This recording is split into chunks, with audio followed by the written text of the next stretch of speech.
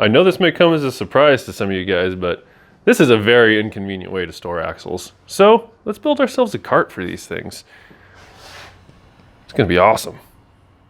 All right, boys and girls. Well, the cutting and grinding and welding just does not make for great audio in these videos. Here's a little taste of what that sounds like. It is really obnoxious when it's sped up. Yeah, nobody wants to listen to that. So, how about a little music?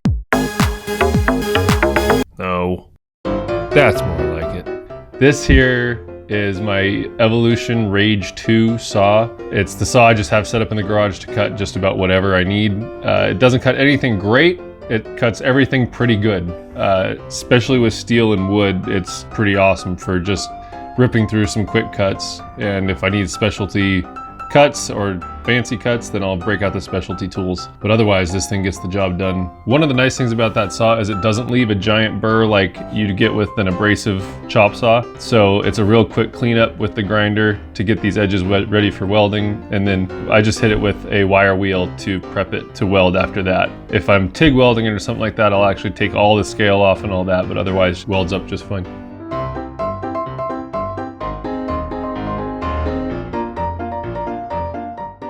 When you're welding onto square tubing like this, keep in mind that the edge is going to soak up more heat quickly. So you're actually going to probably want to put your torch in towards the biggest piece. This has got a lot more that it'll absorb. Now the opposite will happen down here. When you're welding on this, you'll want to keep your heat more towards this piece, because this side, because you're on that edge there, that's going to absorb the heat quicker.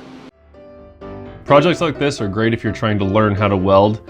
It's a lot of practice, but you're actually getting to kind of build something, which is exciting. Because I don't know about you guys, but just sitting there running beads on flat plate, I feel like I'm not learning anything because I'm not doing anything that I actually do when I'm welding. It's not applicable experience to me. So if I'm building something like this, I built a welding cart for my welder. That was one of my first projects ever. And stuff like this is just great practice to kind of get familiar with your machine, get used to it before you get into something that really is critical, like suspension parts and that kind of thing. And yes, these are zinc plated, these casters. You should always take that zinc plating off before you weld it, because you can get zinc poisoning if you inhale it, and that is no good. These back supports that I'm welding on now are basically just to keep the towers that are going to hold the axle from wanting to lean forward. Those two axles are going to probably be hair over 1,000 pounds total, so you want to have some triangulation there just to keep that structure in it. And these pegs here are the pieces where the axle will actually rest.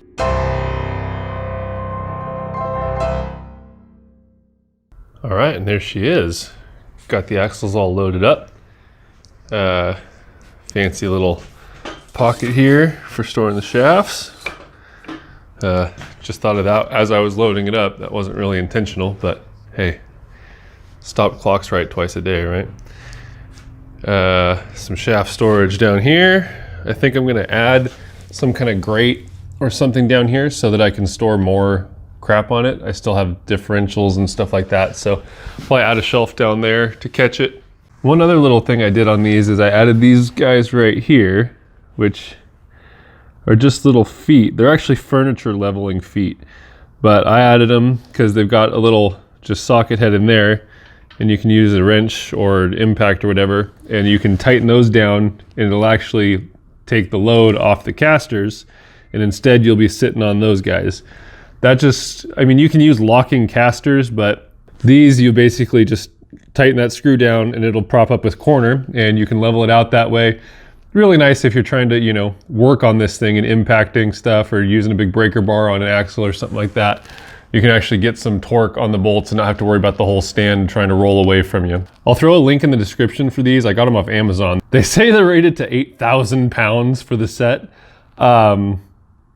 I have a hard time believing that this little guy's gonna hold 2,000 pounds, but it holds enough. I drew this whole thing out in CAD and SolidWorks, so if you guys are interested, I'll just have the plans there. You can download those and tweak it however you want, but it'll at least get you the basics of how I built this thing and what materials to use, how much you're gonna need and all that. So Anyway, that's the axle cart. Now I can get these things moved around.